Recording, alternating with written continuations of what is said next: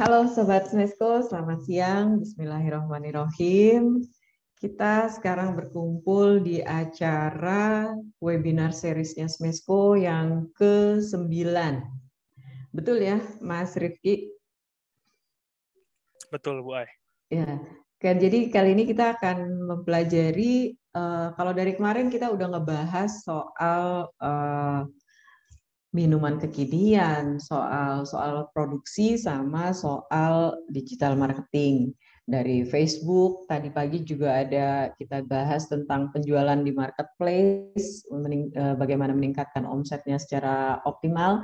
Dan sekarang kita nih juga akan belajar tentang digital marketing. Kita akan ngebahas lebih dalam lagi tentang soal ekosistem apa sih yang kita perlu ketahui nih, teman-teman UKM perlu ketahui kalau mau buka toko online gitu. Bersama dengan kita sudah hadir Mbak Trias Hayati dari Sirklo. Yang selamat siang Mbak Trias. Selamat Assalamualaikum. siang, Mbak Ayu. Waalaikumsalam. Terima kasih sudah hadir di sini Mbak Trias. Sedikit saya perkenalkan mengenai Mbak Trias ini. Jadi Mbak Trias Hayati ini adalah manajer operasional bisnis dari Sirklo yang dilengkapi dengan pendidikan dalam bidang administrasi bisnis yang didapat dari Universitas Indonesia, dan pengalamannya luar biasa beragam ya Mbak. Mulai dari senior officer dalam bidang community development and employee relations selama hampir 3 tahun di Samsung Electronics Indonesia, hingga menjadi digital marketing eksekutif dan menjadi manajer operasional bisnis di Sirklo sejak 2019 yang lalu. Nah, teman-teman semua, teman-teman UKM yang udah hadir peserta webinar hari ini, udah disiapkan belum nih buku catatan sama alat tulisnya nih? Biar semua yang disampaikan itu tercatat dengan baik. Jadi kapan waktu perlu untuk dipelajari lagi udah tersedia. Dan biasanya kalau udah kita catat, kita tulis sendiri, itu akan makin nempel di ingatan kita. Baik, untuk mempersingkat waktu, kita persilahkan Mbak Trias Hayati untuk memulai paparannya. Silakan Mbak. Ya, terima kasih Mbak Ayu. Sambil cek nih, suara sama videonya lancar ya? Oke, aman ya. So, saya langsung share screen aja. Jadi, hari ini kita kedatangan, wah berapa nih? 10.000 UMKM ya, rame banget. Oke, so sambil saya siapin buat share screen, sambil tanya juga teman-teman di sini yang join dari wilayah mana aja sih, sama untuk Instagram bisnisnya atau link jualan online-nya apa, boleh sambil di share di chat. Hitung-hitung ini nih, sambil kenalan juga sama bisnisnya masing-masing. Saya paling suka nih kalau ngobrol sama UMKM gini, jadi tahu dapetin referensi banyak. Oke, sambil share screen.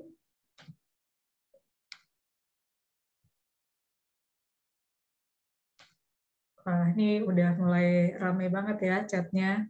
Dari Jogja, oke, Magelang. Oke, teman-teman silakan dilanjutin. Mudah-mudahan screen-nya udah kelihatan.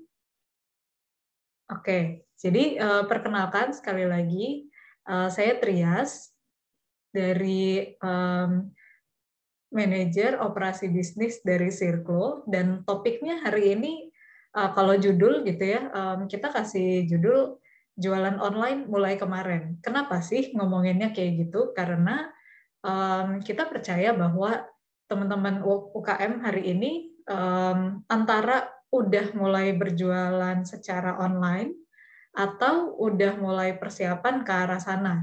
Dan saya yakin itu nggak cuma bukan mulai dari hari ini, tapi sebenarnya udah mulainya dari kemarin gitu. Jadi ini spirit yang kita sangat senang gitu melihatnya, dan kita juga mau ngobrol lebih banyak tentang persiapannya, terus channel penjualannya ada apa aja untuk jualan online sekarang, dan pastinya untuk mengupdate diri juga sama tren-tren yang lebih baru gitu, datanya kayak gimana sih sekarang. Jadi kalau kita masuk ke pasarnya Indonesia gitu ya. Kenapa sih mesti e-commerce? Karena kita sadar bahwa di Indonesia ini pasarnya sangat luas, yang salah satunya sangat dipengaruhi sama jumlah masyarakatnya gitu. Dan masyarakat Indonesia sendiri sekarang itu sekitar setengahnya sudah pakai internet secara aktif, terus lebih dari sepertiga jamnya dalam sehari itu digunakan untuk online. Jadi macam-macam tuh kegiatan online-nya juga. Salah satunya yang kemudian jadi kegiatan utama adalah digunakan internet ini buat mengkonsumsi secara online. Jadi sebagai konsumen online, selain juga sebagai netizen gitu ya di Indonesia, para pengguna internet itu sangat aktif untuk mencari barang dan melakukan pembelian juga, yang semuanya dilakukan fully online. Lalu yang ketiga, pertumbuhan e-commerce di Indonesia juga sangat cepat. Seperempat dari kegiatan belanja keseluruhan atau belanja retail itu dilakukan, itu diprediksi bahwa dari tahun 2019 sampai ke tahun 2025, sektor e-commerce itu di Indonesia diproyeksikan akan tumbuh 4 kali lipat. Ditambah lagi sejak tahun 2020 kemarin, kita juga terdampak oleh COVID-19, di mana walaupun kita sepakat ya semuanya bahwa sama-sama berharap pandemi ini segera berlalu, tapi di sisi lain ternyata di ranah e-commerce, COVID-19 juga turut menjadi pemicu untuk mempercepat pertumbuhan e-commerce di Indonesia.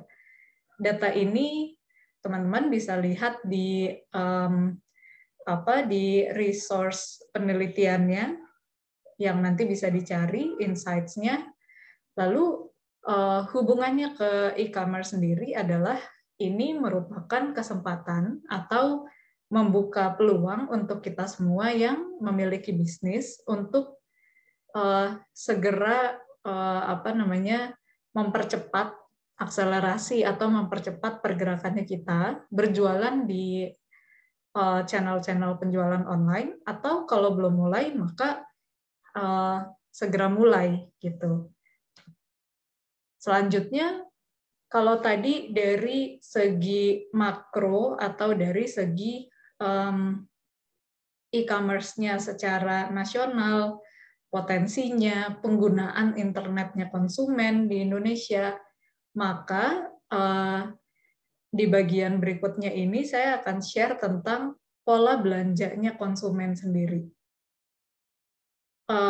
Data ini berdasarkan hasil survei dari konsumen secara langsung, lalu kita bisa lihat informasinya bahwa konsumen itu belanja frekuensinya dalam 1 bulan bisa lebih dari 9 kali. Jadi 20% konsumen yang kita survei itu belanjanya lebih dari 9 kali sebulan. Mungkin di sini juga kalau ada rekan-rekan yang mengalami misalnya lagi di WFH, atau kalau ada yang masih sekolah mungkin misalnya dan school from home, udah bukan adegan yang asing lagi tuh, lagi sekolah, lagi kuliah, atau lagi kerja, terus ada yang ketok pintu ngirim paket. Nah, itu juga hal yang dialami oleh banyak sekali konsumen di Indonesia, di mana yang belanjanya lebih dari 9 kali sebulan, setengahnya itu adalah wanita, tepatnya 58%. Terus kalau dari segi channel belanjanya sendiri, kita tahu bahwa untuk belanja online dari sisinya konsumen atau jualan online dari sisinya penjual, medium belanja atau channel penjualan itu banyak banget. Salah satunya kalau kita ngomongin gadget, 95% konsumen belanjanya itu via smartphone. Jadi pastikan bahwa tempat teman-teman berjualan online itu juga bisa diakses dengan mudah melalui smartphone. Entah itu pakai aplikasi tertentu, misalnya via chat atau sosial media, atau kalau punya website, websitenya juga yang bisa dibuka di smartphone, dan sebagainya, supaya konsumen itu juga nyaman belanjanya. Lalu berikutnya, tingkat kepercayaannya konsumen ternyata sangat tinggi, 99% itu kalau si penjual punya toko di marketplace, atau kalau konsumennya itu melakukan pembelanjaan via marketplace. Jadi 99% mereka tingkat kepercayaannya terhadap channel penjualan marketplace-nya seller. Lalu sisanya 51% itu percaya terhadap website yang dimiliki atau seller yang berjualan via website. Dan yang terakhir adalah 44% itu tingkat kepercayaan terhadap channel penjualan di media sosial. Jadi dari sini dapat ditarik insights-nya atau wawasannya bahwa secara umum tingkat kepercayaannya konsumen untuk belanja online itu sudah cukup baik dari channel penjualan manapun. Nah, tinggal bayangin kalau kita punya sosial media, punya website, punya marketplace juga. Jadi tingkat kepercayaan yang sudah tinggi atau cukup tinggi dari konsumen itu dapat kita tangkap dengan baik dan kesempatannya pun jadi semakin besar. Dibanding misalnya kalau kita mengandalkan salah satu channel penjualan aja. Oke, itu kalau tentang medium belanjanya. Nah, berikutnya kalau kita bicara tentang tren belanja, di tahun 2019, tepatnya sedikit sebelum pandemi di 2020, social commerce itu menjadi tren baru nih untuk e-commerce di Indonesia. Di mana 31% dari konsumen itu ternyata pertama kalinya melakukan transaksi di media sosial. Yang media sosialnya macam-macam pilihannya, dan metode atau mekanisme buat konsumennya belanja via media sosial pun caranya cukup beragam gitu. So itu dia tentang pola belanjanya konsumen yang terjadi belakangan. Kalau kita ke bagian berikutnya gitu ya, tentang UMKM di Indonesia, 80% UMKM merasa bahwa internet ini sangat membantu dalam menjalankan usaha, terutama di masa pandemi. Jadi ini indikasi yang sangat baik, dan kita juga lihat bahwa ini sangat sejalan dengan usaha untuk go online yang sangat mengandalkan internet gitu untuk bisa membantu UMKM bisa onboard atau bisa memulai online dengan baik. Tapi berikutnya kita juga melihat bahwa untuk bisa go online dengan baik, selain dengan internet, hal lain yang turut mendukung supaya go online-nya ini bisa berjalan dengan sukses adalah menggunakan berbagai teknologi digital. Seperti yang kita tahu, jualan online itu kan agak mirip kayak jualan offline juga ya, di mana selain bikin tokonya, bayangin kalau kita juga punya toko fisik, punya toko offline, di ruko, atau di trade center, atau di mall, atau dimanapun, selain buka tokonya, kita juga kan perlu melakukan banyak kegiatan promosi. Mempromosikan bahwa, bahwa tokonya udah buka, lokasinya di sini, terus kalau datang bisa dapetin barang apa aja. Nah, jualan online pun sama. Setelah rekan-rekan buka toko, entah tadi di marketplace atau web store atau punya sosial media, itu juga tetap mesti ada kegiatan promosinya. Seperti yang tadi disebutkan sesi-sesi sebelumnya banyak menyebut tentang itu. Jadi itulah kenapa selain penggunaan internet, penggunaan berbagai teknologi digital, salah satunya untuk pemasaran, itu juga penting untuk dilakukan oleh UMKM. Lalu perkembangannya atau kondisi terkini UMKM di tengah pandemi, agar kita tahu posisi kita ini sekarang ada di mana. Dari 64,2 juta total UMKM yang ada di Indonesia, 26%-nya itu mengalami tantangan yang kita semua kan harapannya UMKM itu naik kelas gitu. Dari yang tadinya mikro menjadi kecil, kecil menjadi menengah, dan seterusnya. Ini ternyata di tengah pandemi agak ada banyak sekali tantangan yang terjadi, tapi di sisi lain, kalau 94% UMKM tidak menggunakan komputer karena literasi digital, maka ini menjadi kesempatan untuk kita semua melihatnya dari perspektif lain, yaitu kita sama-sama tingkatkan literasi digital kita, tingkatkan keahlian kita untuk menggunakan tadi berbagai teknologi online untuk bisa membantu usaha kita. Contohnya, kalau yang tadinya rekapnya manual, dicatat satu persatu, bisa mulai dengan menggunakan Excel atau menggunakan Google Sheet misalnya. Jadi hal-hal yang seperti ini bisa mulai diterapkan supaya cara-cara kita dalam menjalankan bisnis itu bisa jadi lebih produktif dan kita juga bisa adaptasi dengan kondisi yang sekarang ini semuanya serba online gitu.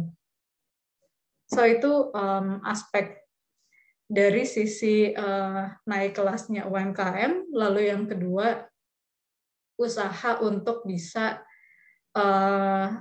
update terus dengan teknologi, dengan berbagai digitalisasi yang terjadi di sekeliling kita yang bisa mendukung bisnis. Dan selanjutnya jangan lupa bahwa sebagai UMKM kita semuanya punya dampak yang sangat besar ke pendapatan negara di Indonesia ini. Karena kalau kita lihat 5 tahun ke belakang, kontribusi UMKM terhadap PDB di Indonesia itu meningkat dari 57,8% menjadi 61,5%. Dan dari sisi pemerintah pun banyak program dan didukung juga oleh berbagai kebijakan yang tujuannya adalah menargetkan 30 juta UMKM untuk bisa go online di tahun 2024. Jadi itulah sebabnya dibutuhkan kerjasama dan kolaborasi dari banyak pihak untuk bisa memastikan bahwa target ini bisa kita capai bersama. Karena ini bukan hanya targetnya pemerintah, bukan hanya targetnya teman-teman UMKM, tapi juga target semua pihak yang terkait di dalamnya. Nah, kalau kita masuk ke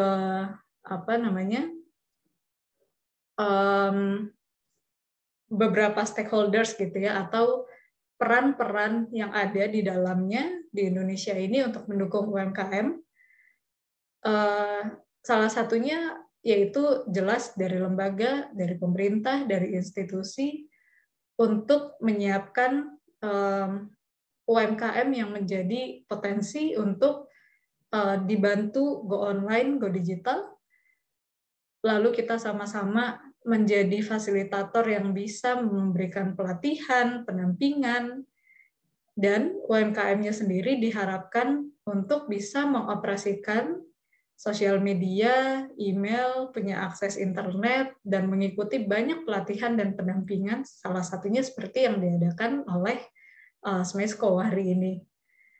Di sisi lain, sebagai contoh, Circlo sebagai salah satu perusahaan atau swasta, itu juga perlu berbagi peran dengan mendukung sesuai keahliannya. Gitu. Di sini contohnya adalah solusi teknologi untuk jualan online. Di sisi lain, kalau memang ada segmen perusahaan lain, maka mereka juga bisa membantu, misalnya dalam sisi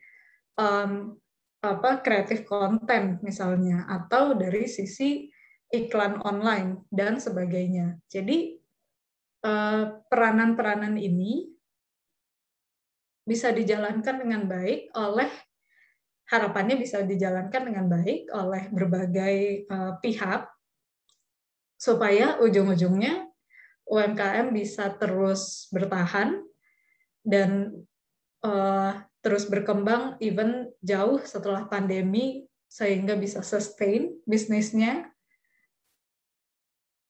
dan pada akhirnya UMKM ini bisa terus naik level, naik kelas. So, ini adalah pembagian peran yang penting untuk kita semua sama-sama aware, kenali, dan pahami. Nah, selanjutnya ini saya ada sedikit pertanyaan, jadi kita sambil interaktif aja ya, supaya nggak terlalu ngantuk nih, soalnya ini jam-jam rawan butuh kopi susu biasanya. Jadi teman-teman bisa ketik link yang ada di depan, atau scan QR code-nya. Saya sambil present ya. Coba, boleh di-share di chat apakah udah berhasil masuk? Oke, minta di-paste di chat. Boleh, boleh. Sebentar ya. Ini link apa, Mbak? Ini link yang isinya pertanyaan tentang sekarang jualan online-nya di mana aja sih? Gitu.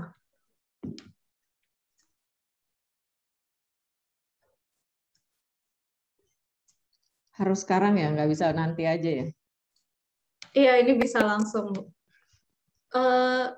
Oke, coba ya. Tadi linknya minta tolong di-share ya. Oke.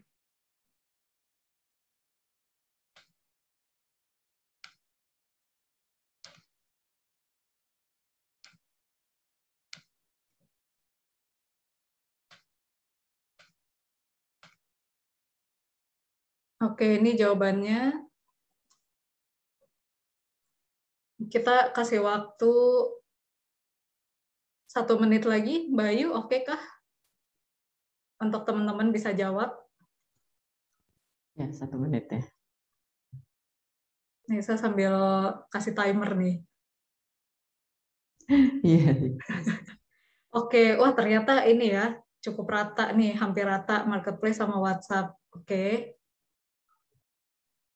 Sambil share ya, mungkin kalau ada ini pengalaman pribadi juga, kayaknya ini cukup menggambarkan ya yang tadi tingkat kepercayaannya konsumen ke marketplace itu paling tinggi, dan ternyata teman-teman di sini juga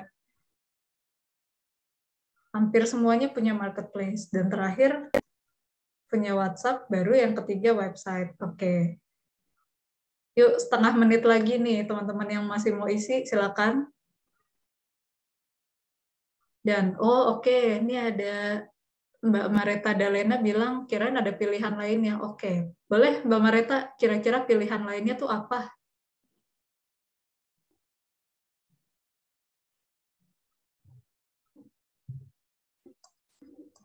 Ya, oke, waktunya habis ya. Jadi silakan, ini ternyata masih bergerak, tapi waktunya kita udah habis, teman-teman mesti lanjut. Dan ternyata jawabannya adalah pertama itu WhatsApp, yang kedua tidak jauh setelahnya adalah marketplace, ketiga itu website jawabannya. Terima kasih udah berbagi di sini.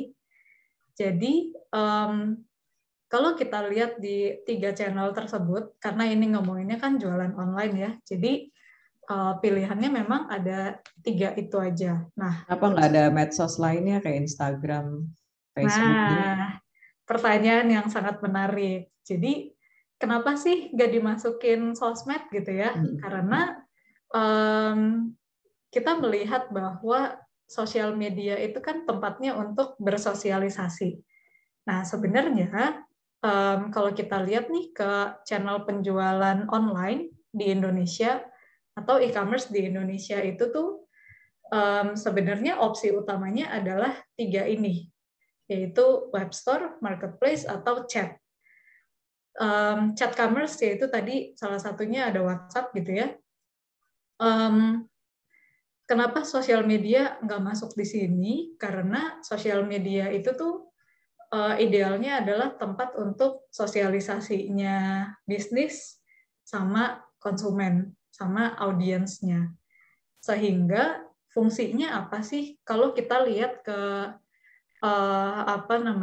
ke pilar ini gitu ya, sosial media itu tuh sebenarnya jadi tempat yang kita bisa bilang tempat untuk nge-refer atau mengarahkan konsumen ke channel-channel penjualan online yang kita jalanin. Bisa itu ke marketplace atau ke nomor handphone kita untuk konsumennya bisa chat. Atau yang terakhir, kalau tadi urutannya kan ya, ada WhatsApp, marketplace, sama website. Jadi, sosial media itu untuk mengarahkan konsumennya kita untuk datang gitu. Maksudnya closingnya itu tetap di tiga channel Ya, ini aja.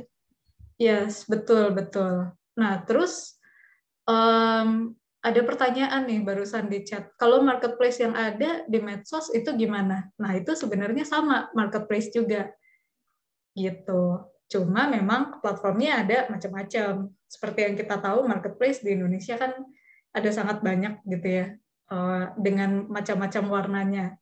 Marketplace-nya sosial media termasuk nggak? Termasuk, karena dia tetap marketplace juga gitu. Pertanyaan lain, misalnya sosial media yang punya fitur shop gitu di dalamnya, yang bisa nge-tag produknya bisa nge-tag foto atau postingannya ke produk.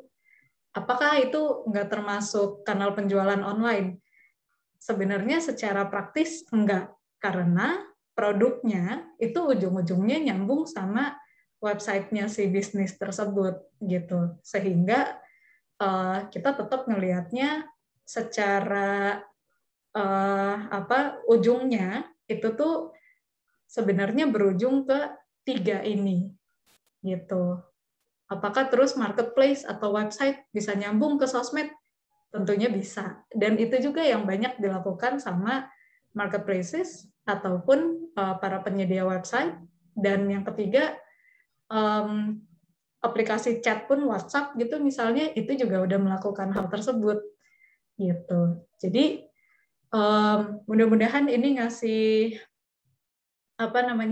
gambaran yang cukup jelas juga ke teman-teman. Kalau masih ada pertanyaan, nanti kita lanjut, masih ada sesinya. Oke, jadi kalau ngomongin tentang kanal penjualan online, so kita sepakat ada 3 channel ini ya utamanya. Tempat-tempat lainnya itu sangat bermanfaat untuk ekosistem e-commerce. Cuma kalau dari sisi poin akhirnya transaksi, yang kita lihat idealnya adalah kanal penjualan online itu ada di 3 ini. Sosial media, sekali lagi, itu adalah tempat untuk kita bersosialisasi. Ibaratnya dia adalah balihonya, bannernya, atau madingnya gitu untuk kita berkomunikasi sama konsumen yang akhirnya ngarahin konsumen untuk datang ke tokonya kita gitu, atau interaksi sama kita bisnisnya via chat gitu. Ini ada yang tanya tadi, itu Yap. kalau Google My Business itu termasuk di mana? Google My Business itu termasuk website.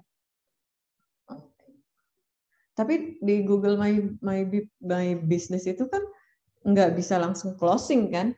Betul. That's why dia nggak termasuk ke channelnya penjualan online, karena websitenya bukan untuk bertransaksi, melainkan lebih ke profil. Jadi kayak semacam buat mempermudah lebih mengenalkan produk kita, terus tetap aja dari situ harus langsung bisa ngelink ke WhatsApp ya. Salah satunya, betul, karena kalau Google My Business itu mungkin salah satunya tuh bisa dibilang jadi kartu nama online ya, karena kan dia ngasih informasi nih tentang bisnisnya kita gitu, yang di-provide sama Google providernya. Jadi dia bukan web store, melainkan website gitu. Jadi sama Menarik aja banget ya. fungsinya kayak itu ya, kayak sosial media gitu ya, sosial media yang nggak bisnis kan berarti kayak Instagram, Ya, sama aja kan. Jadi fungsinya Google My Business sebenarnya gitu ya. betul, jadi mirip ya. Cuma kalau di Instagram kan itu bisa sosialisasi tuh, interaksi langsung. Cuma kalau di Google My Business, mungkin interaksinya via reviewnya customer, kalau customernya ada yang Iya. kasih review ya. Yap, yap. Oke, sorry, kepencet. Jadi, ntar kita lanjut lagi. Kalau ada pertanyaan di bagian ini, masih boleh di-drop dulu pertanyaannya, atau kalau ada pertanyaan atau poin diskusi yang mau langsung dibahas, boleh langsung dicolek, nanti Mbak Ayu yang bakal raise ya, Mbak Ayu. Ya, boleh, boleh. Kita lanjut dulu ke slides berikutnya. Jadi kalau tadi ngomongin mulai toko online, beberapa langkah pertamanya untuk kita punya basis atau fundamental yang kuat, ada 4 poin yang kita perlu rencanakan dari awal. So yang pertama itu adalah kontennya.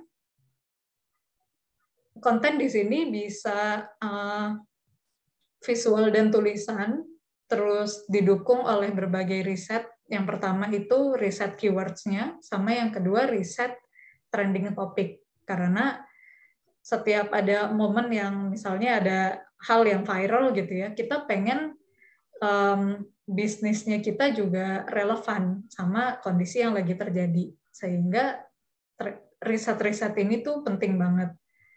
Visual dan tulisan jelas, yang namanya toko, kita kalau datang ke toko kopi atau datang ke toko pakaian anak-anak gitu ya misalnya, kita juga kan seneng tuh ngelihat yang visual tokonya tuh bagus, instagramable, terus nyaman untuk dilihat, nyaman dipandang gitu, terus waktu datang juga memang nyaman juga tempatnya, nyaman diakses dan sebagainya.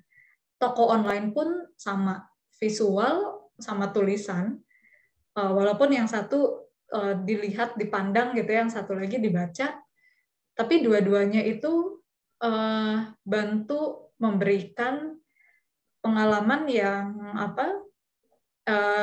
yang sama gitu ke konsumen.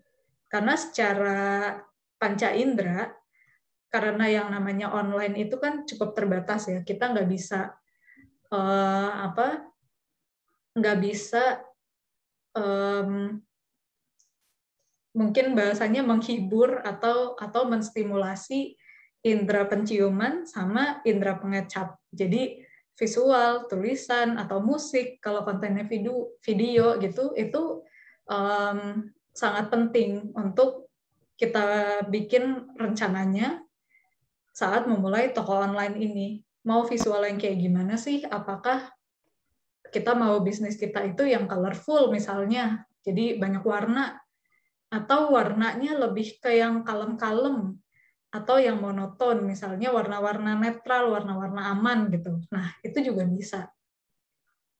Yang kedua sama ketiga, ini riset keywords sama trending topic cukup mirip sebenarnya. Jadi kalau kita ngomongin keywords, trending topic, itu banyak juga tools yang teman-teman bisa cari. Salah satunya bisa lihat di akun-akun viralnya sosial media, atau lihat trending topic.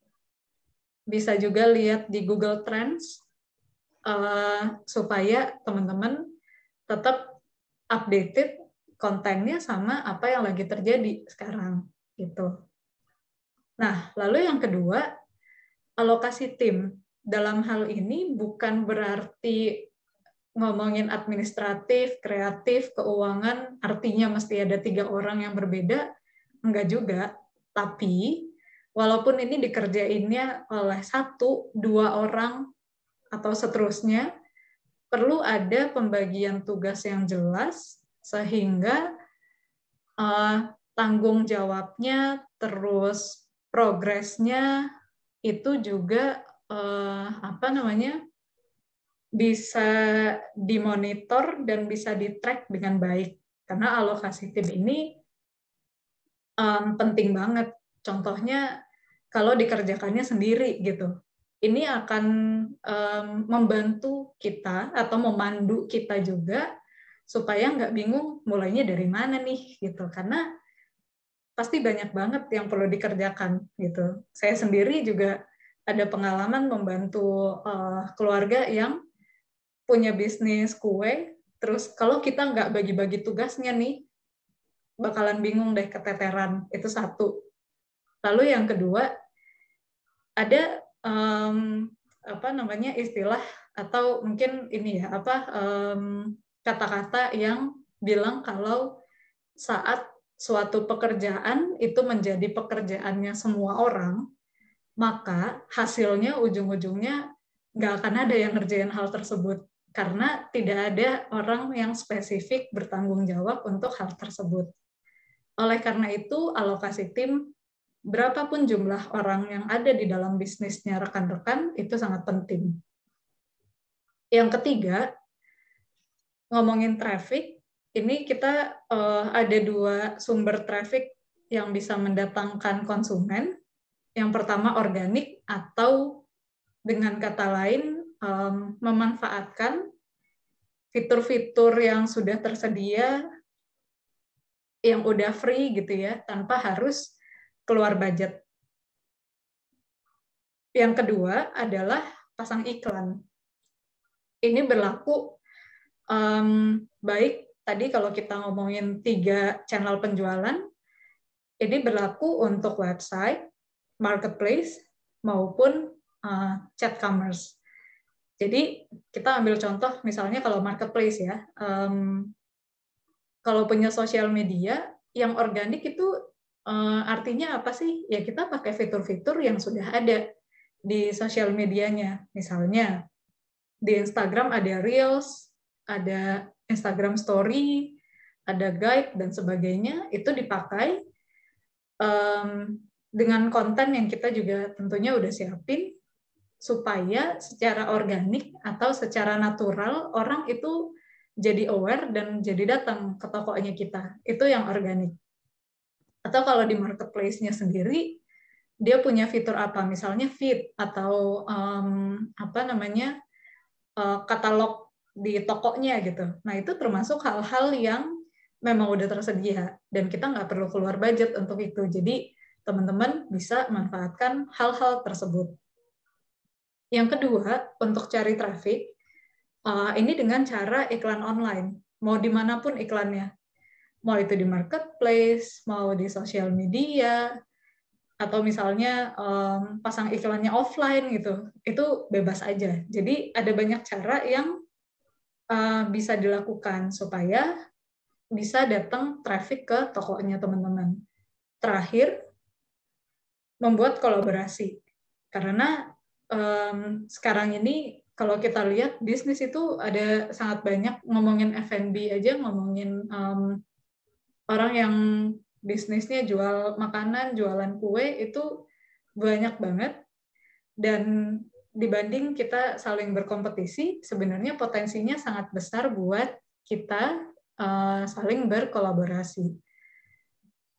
Nah, lalu berikutnya kalau ngomongin kolaborasi sendiri, sebenarnya ini bisa dilakukan untuk antara melakukan promosi produk yang kita udah punya, ataupun bikin produk, bikin koleksi baru. Sebagai gambaran, contoh, let's say ada 2 Instagram account gitu ya. Yang satu jualannya itu tuh pengharum ruangan, satu lagi jualannya tuh sabun gitu. Jadi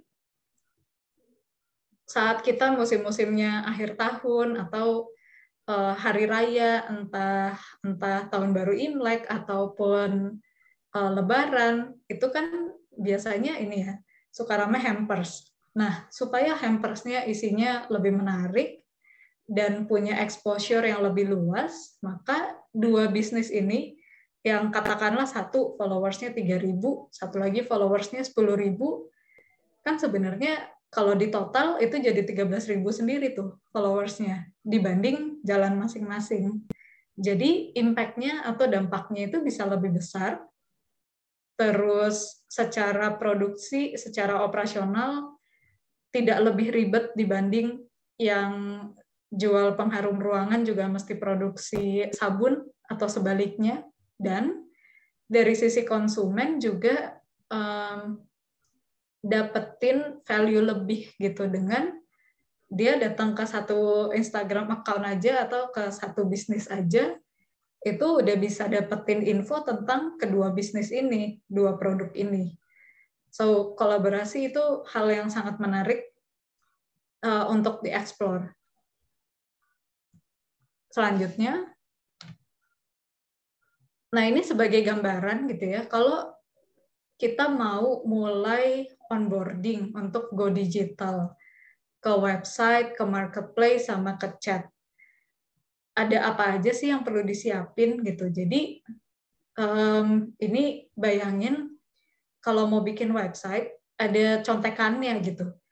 Ada yang namanya domain atau alamat website, ada yang namanya logonya bisnis, terus nyiapin navigasi atau pengelompokan kategori buat katalog produknya.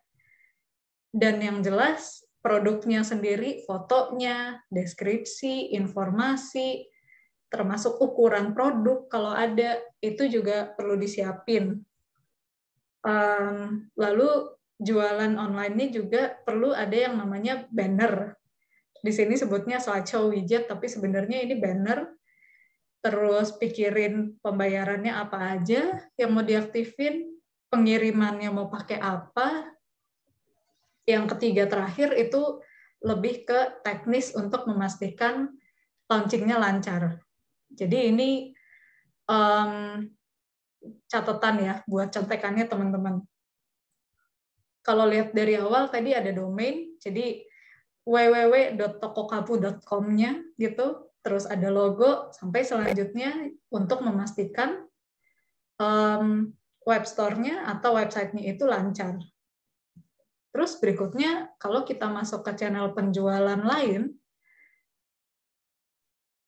di saat teman-teman pakai yang namanya marketplace, agak mirip kayak website tadi, tapi ada banyak platform atau perusahaan teknologi yang nyiapin yang kita sebut sebagai marketplace integrator. Artinya, kalau punya 2 toko gitu ya, misalnya di marketplace, itu bisa dikelolanya dari satu admin panel aja, supaya nggak repot keluar masuk seller center gitu misalnya, untuk upload produk dan lain-lain.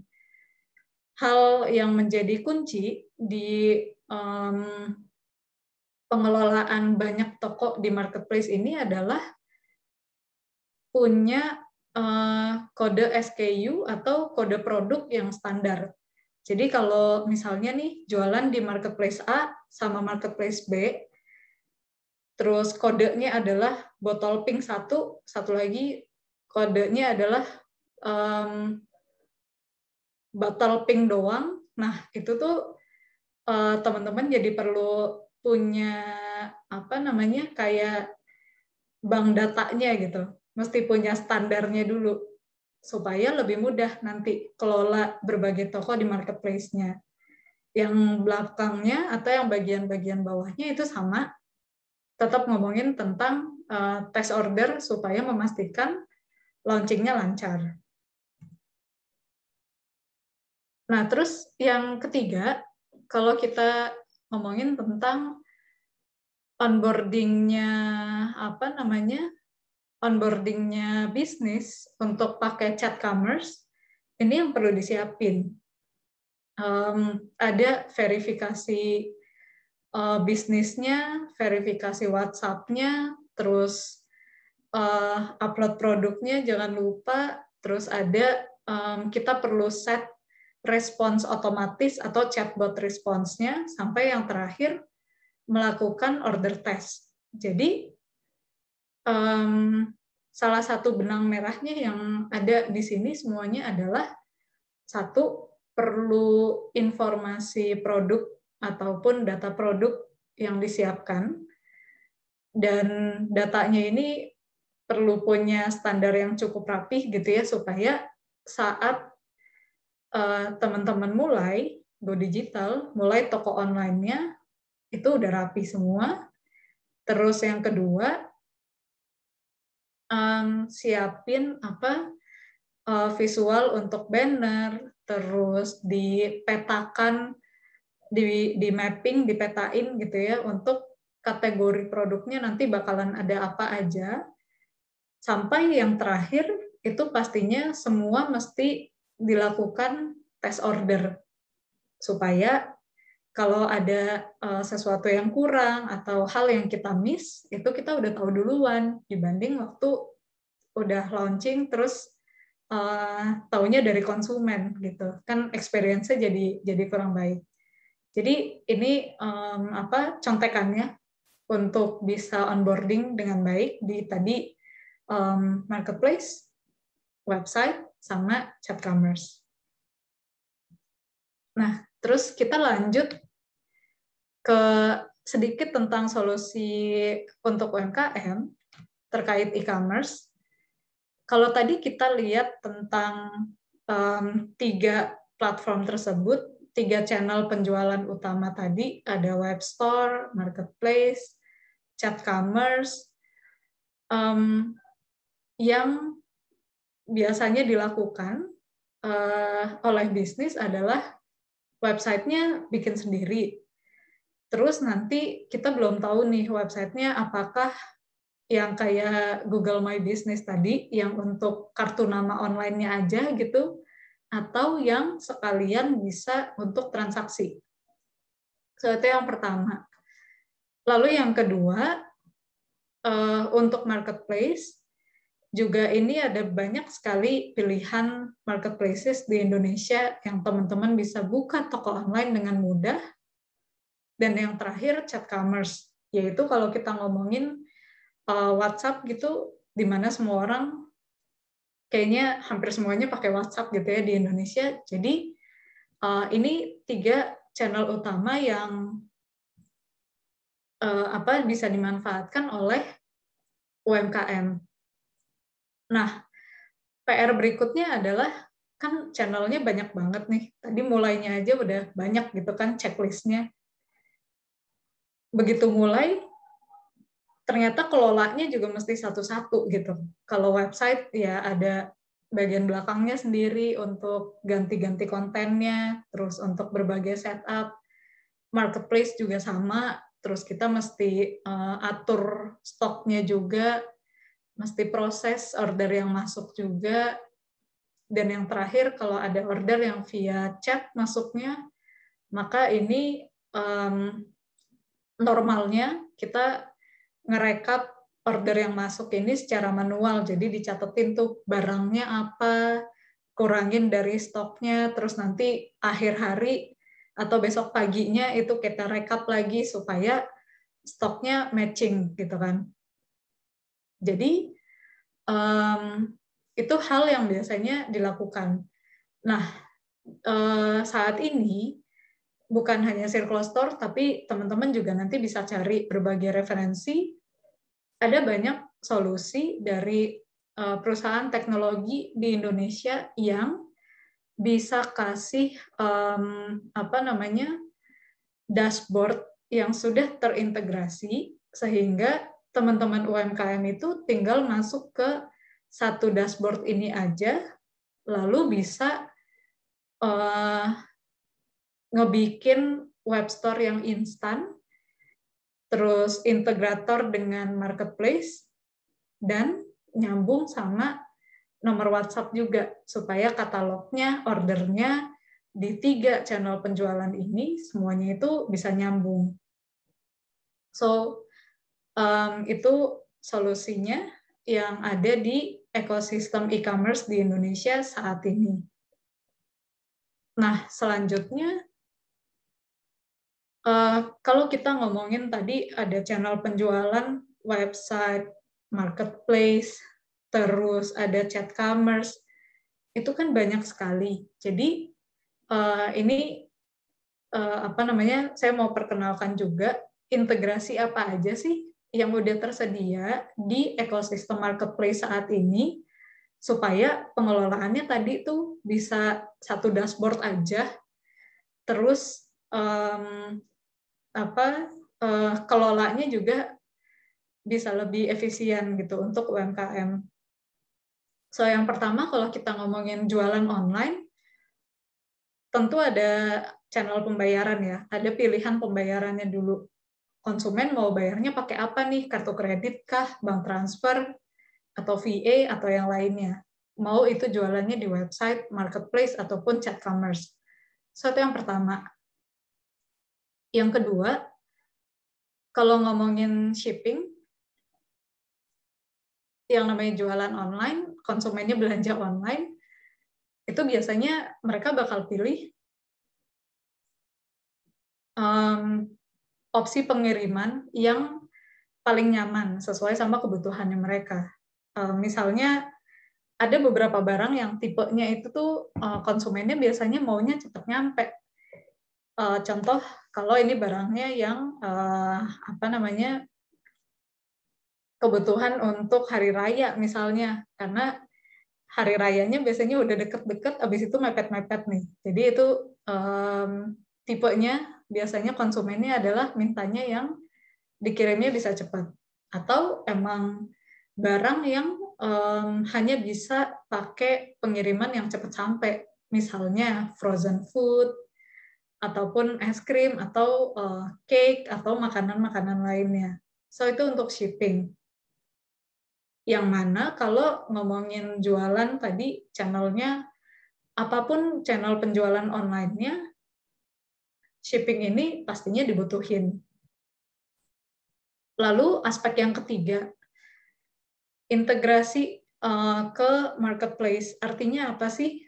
Supaya itu tadi untuk penjualan online-nya teman-teman bisa kelola dari satu dashboard aja, supaya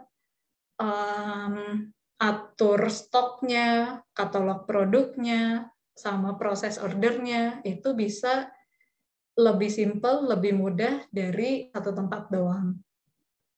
Nah, yang terakhir, tentunya sosial media, atau sosial dan chat-nya. Nyambung sama sosial media seperti misalnya Facebook, Instagram, TikTok, terus chat-nya ada WhatsApp, supaya saat penjualannya teman-teman, mau itu di website, di marketplace, ataupun via chat, itu bisa disosialisasikan atau dikomunikasikan dengan baik ke para konsumennya gitu. Jadi itu yang teman-teman perlu untuk pikirin juga integrasi atau fungsi seperti apa yang bisa dimanfaatkan antara sosial media sama channel penjualan yang teman-teman pakai. Oke, nah terus selanjutnya ini contoh katalog online ya, mau itu di marketplace ataupun website, ini umumnya yang teman-teman bakal temukan. Jadi typically ada ada tampilan atau banner dari tokonya, lalu bakal ada foto-foto produk, ada harga dan sebagainya, sehingga ini adalah bank data atau format data produk yang teman-teman perlu siapkan untuk go online. Nah, yang kedua, ini salah satu contoh untuk atur bagian belakang channel penjualan online-nya. Karena saya dari Circlo, jadi contohnya Circlo, tapi di tempat lain pun teman-teman bisa cari referensinya juga, dan typically sih atau secara umum bakalan sama, ada bagian untuk ngelihat performa penjualan, ngelihat produk, daftar pesanan, dan pengaturan lainnya. Kayak pelanggan atau kalau atur promosi itu bakal ada tempatnya juga. Jadi ini semoga bisa kasih gambaran yang lebih jelas. Nah, lalu kalau kita ngomongin tentang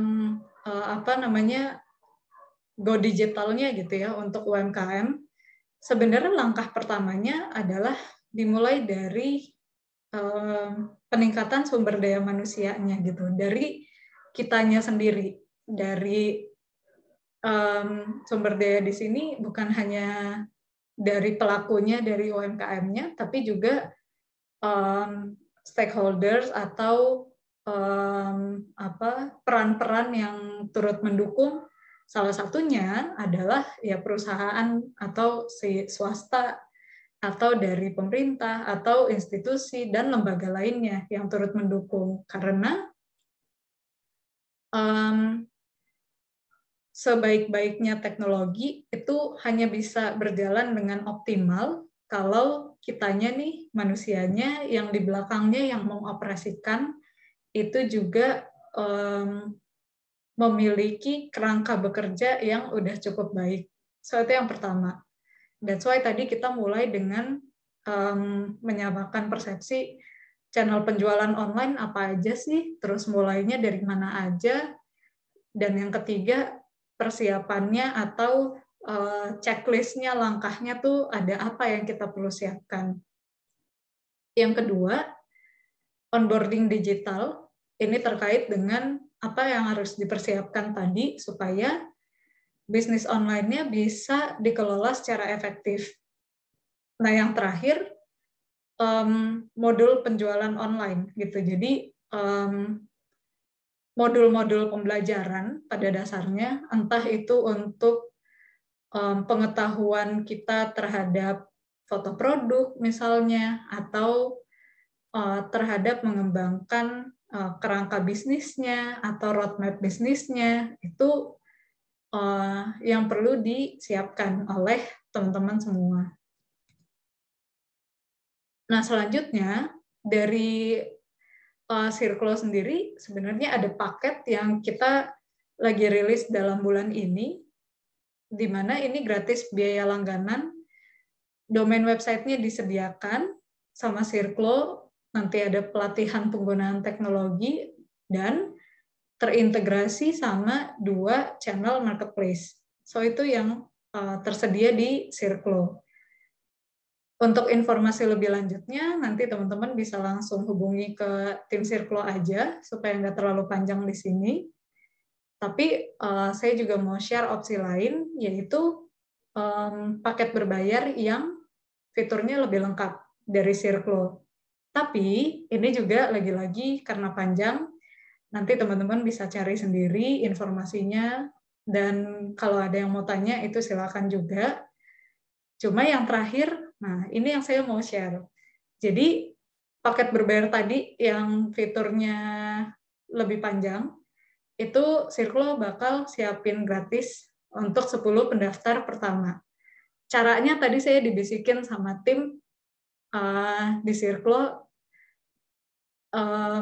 bisa ketik aja mau gitu di kolom chat. Jadi silakan ketik MAU biasa, itu 10 pendaftar pertama.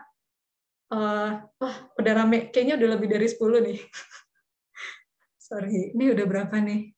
Oke, ya teman-teman, silakan di chat dulu. Kita sambil rekapin, nanti bakal dibantuin sama tim Circlo ya. Mudah-mudahan nih kayaknya mesti dikali 2 nih, teman Circlo. Jadi ya, kita rekapin dulu ya. Boleh nanti Sambil, dilanjutin sendiri aja, jangan di sesi ini ya. nanti Tolong ini ya, kita teman-teman kita catat dulu fokus aja aja ya. belajar di sini. Jadi apa yang kita sampaikan ini bermanfaat buat semua gitu. Boleh nanti ini dilanjutinnya di lain waktu aja, boleh dilanjut Boleh. ke slide berikutnya ya. Yap.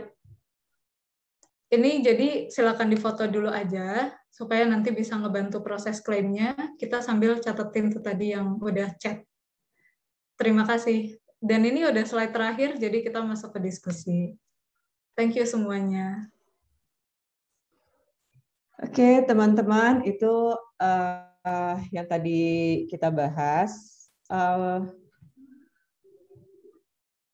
Boleh kita jawab pertanyaan aja dulu ya. Jadi kalau aku lihat sih tadi sebenarnya gini, ada beberapa teman-teman yang emang sekarang belum mulai berjualan online. Kalau menurut aku sih yang namanya berjualan online tuh nggak usah terlalu repot dari awal mikirin nanti seperti apa gitu kan. Yang penting itu adalah kayak dari kemarin kita dapat narasumber dari yang sebelumnya juga. Yang penting tuh ada niat sama ayo dilakukan duluan gitu, dikerjakan dulu. Jadi jangan berencana aja gitu kan. Jadi yang penting dagang aja dulu, jualan aja dulu, promosiin aja dulu gitu. Jadi kalau tadi aku ambil kesimpulan soal walaupun kita punya toko online itu kalau kita nggak promosi juga sama aja sih, orang-orang nggak tahu juga kita lagi jualan gitu ya Mbak Trias ya. Betul banget. Jadi kalau emang niat jualan sok niat langsung aja dilaksanakan gitu. Nah ini udah ada banyak pertanyaan, tapi sebelumnya saya mau kasih tahu dulu nih yang tadi ada yang menanyakan soal kelanjutan dari pemenang kuis sebelumnya. Pemenang kuis sebelumnya itu bisa nanti akan dikirimkan dari sesi pertama itu akan dikirimkan ke alamat masing-masing. Jadi nanti dari Smesco yang akan mengirimkan, ongkirnya juga nanti kita yang tanggung. Terus kita masuk ke pertanyaan aja langsung ya Mbak Trias. Ini ada pertanyaan. Yang pertama, produk apa aja sih yang bisa dijual di marketplace? Apakah produk jadi atau made by order? Kayaknya semua sih ya. Gimana Mbak Trias? Oke, jadi kalau sekarang udah semakin nggak ada batasan sebenarnya. Mau itu produk yang ready stock atau udah jadi, maupun pre-order gitu ya. Jadi mesti dibikin dulu, dua-duanya bisa. Gitu. Tapi jangan lupa kalau ini produknya adalah yang pre-order, teman-teman mesti punya standar layanan yang jelas tuh ke konsumennya. Pre-ordernya bakalan berapa hari, terus kalaupun terlambat wajib ada informasinya.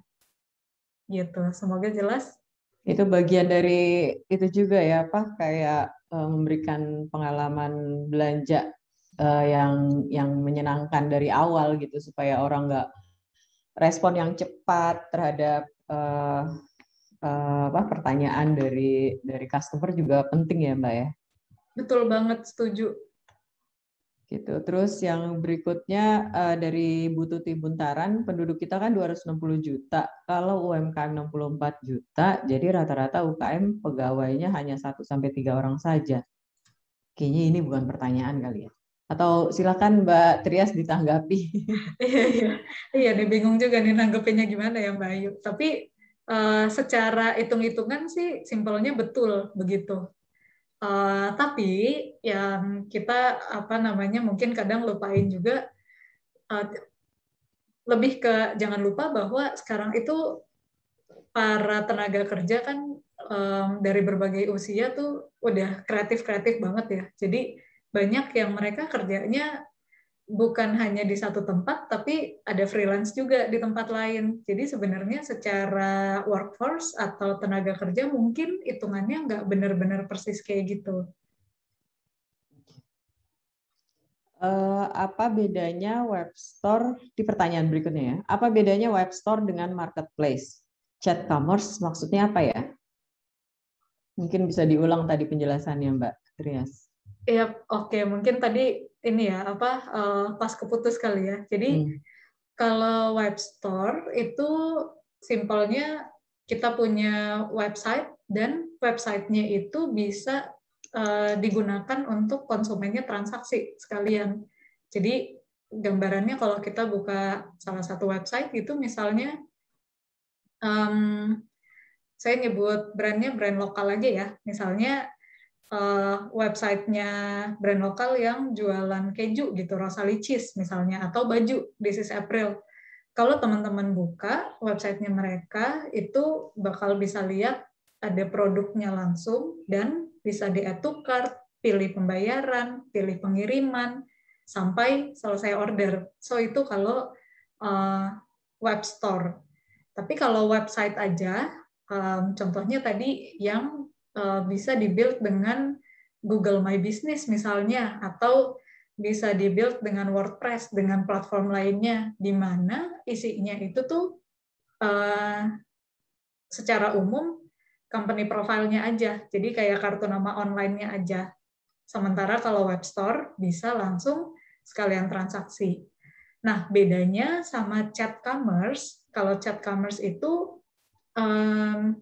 sebenarnya secara simpel mungkin ya, intinya aplikasi chat apapun yang umumnya kalau di Indonesia pakainya itu WhatsApp, hampir semua orang. Jadi konsumen dan penjual ngobrol di WhatsApp, terjadi transaksi, nah itu udah termasuk chat commerce tuh. Cuma emang dengan cara yang manual gitu. Dimana kalau ada order, ya sellernya tuh agak repot untuk catatin manual, kurangin dari stoknya gitu. Dan sekarang udah cukup banyak ada pengembangan berikutnya gitu ya, di mana kalau belanja via chat ada macam-macam apa ya teknologi yang bisa mempermudah, fitur-fitur yang mempermudah, misalnya bisa lihat katalognya, terus bisa tahu jam operasionalnya supaya kita nggak ngerasa di PHP gitu ya, kok nggak bales-bales gitu kan. Atau contoh lainnya ada yang namanya respon cepat atau auto response gitu. Semoga jadi lebih ada gambaran bedanya website, web store, sama chat commerce. Oke, semoga terjawab ya. Berikutnya, terlepas dari channel yang digunakan, bagaimana tips agar penjualan di platform digital ini bisa jadi sedemikian sukses? Wah, oke. Ini kisi-kisinya tadi udah disebutin sama Mbak Ayu sebenarnya di depan. Ini Yaitu, pasti kemarin-kemarin nggak ikutan kelas sebelumnya deh, Bapak. Siapa ini tadi? Pak Altar. Sebelumnya.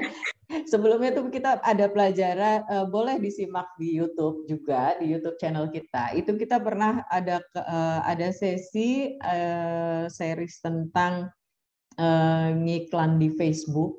Itu gimana mulainya, segala macam itu ada. Itu bisa ditonton lagi tuh kayaknya, Pak. menarik banget. Nah, jangan lupa tuh. Tadi pagi juga kan, sesi yang tadi pagi itu juga mengoptimalkan penjualan di marketplace gitu, itu bisa banget tuh diikutin juga tuh Pak. Oke, nah jangan lupa ditonton lagi videonya. Dan kalau ada kelas-kelas, absennya pastiin full dan diperhatiin kelasnya. Jadi mungkin menjawab pertanyaannya tadi, Gimana? terlepas dari channel penjualannya apapun, sebenarnya tadi kisi-kisinya jelas banget di awal juga yang di-share sama sama Mbak Ayu, sorry. Jadi yang pasti pertama mau kita jualannya online ataupun offline, dan offline-nya juga mau itu dibentuk tokonya kayak gimana pun, online pun sama, tokonya mau dimanapun, online-nya mau pakai platform apapun, yang udah pasti kita mesti lakuin adalah kita tahu atau punya gambaran dan punya rencana yang jelas dapetin konsumennya tuh gimana. Karena yang namanya jualan itu udah pasti dibutuhkan usaha buat kita memastikan orang tuh tahu kita jualan. Itu yang pertama. Yang kedua, bikin toko kita terlihat semenarik mungkin supaya orang mau masuk gitu. Atau kalau online mau berkunjung ke tokonya kita. Yang ketiga, saat terjadi terjadi konversi ke penjualan, tentu kita juga mesti yakin, mesti pede produk yang kita jual itu memang beneran kualitasnya baik. Sehingga konsumen yang datang juga bisa kasih review positif, bisa kasih word of mouth yang baik gitu terhadap bisnisnya kita. So tadi ada 3 ya. Yang pertama, pastiin konsumennya mendapatkan informasi, aware bahwa kita punya jualan, kita punya toko. Yang kedua, tokonya kita dibikin menarik supaya konsumen itu mau datang, mau berkunjung, mau masuk. Sama yang ketiga tentunya ada yang namanya moment of truth tuh. Jadi saat konsumennya beli, barangnya beneran datang, kualitasnya memang baik gitu. Oke, berikutnya kalau jualan di FB Marketplace ada link kerjasama dengan kurir nasional yang bisa pakai jasa COD nggak Mbak? Masalahnya banyak juga calon pembeli yang minta jasa COD dari Ibu Reina. Oke, ini spesifik marketplace-nya Facebook ya. Mungkin ini saya bisa arahkan Ibu Reina untuk coba dicari jawabannya langsung ke Facebook karena saya nggak ada pengetahuan yang detail tentang itu. Tapi yang cukup aman informasinya adalah apapun yang muncul di bagian pengaturannya Ibu Reina sebagai penjual di marketplace-nya Facebook, berarti itu fitur yang sudah tersedia di sana. Oke, semoga menjawab ya Bu Reina. Jadi cari sendiri katanya Bu Trias di Facebook Marketplace-nya. Iya, kita bukan dari Facebook soalnya. Dari Bu Rini Hartini, saya mau bertanya, saya sudah iklan produk jualan di Instagram, terkadang pembeli suka melihat follower yang banyak dan meyakinkan bahwa penjualan itu amanah dan tidak menipu. Saya pernah ikut pelatihan menambah follower secara organik, jadi berteman dengan sesama teman-teman pebisnis. Tapi perkembangannya setelah selesai pelatihan ya biasa aja. Bagaimana cara meningkatkan penjualan di Instagram yang lebih baik dan look seperti apa yang diharuskan? Tool ini apa ya? Dan TOOK itu apa ya? Tools mungkin ya. Iya. Seperti apa yang diharuskan? Gitu, Mbak. Oke. Ini ada chat baru dari Ibu Rini Hartini. Apa toko ya maksudnya? Toko maksudnya ya. Oke, ya. Saya yang pertama, iya maksudnya toko ya. Terima kasih konfirmasinya. Jadi kalau kalau saya ngelihatnya dari kacamata konsumen, apa sih yang bikin satu toko itu terpercaya? Sebenarnya bukan hanya followers yang banyak gitu. Tentu itu jadi salah satu indikator yang sangat enak dilihat gitu ya. Tapi saya pernah menyimak gitu ya salah satu sesinya digital marketer, salah satunya di Indonesia, yang dia bilang bahwa followers banyak itu bagus, baik gitu ya, enak dilihat juga, tapi bukan segalanya. Karena ini sangat perlu didukung sama dua hal. Yang pertama,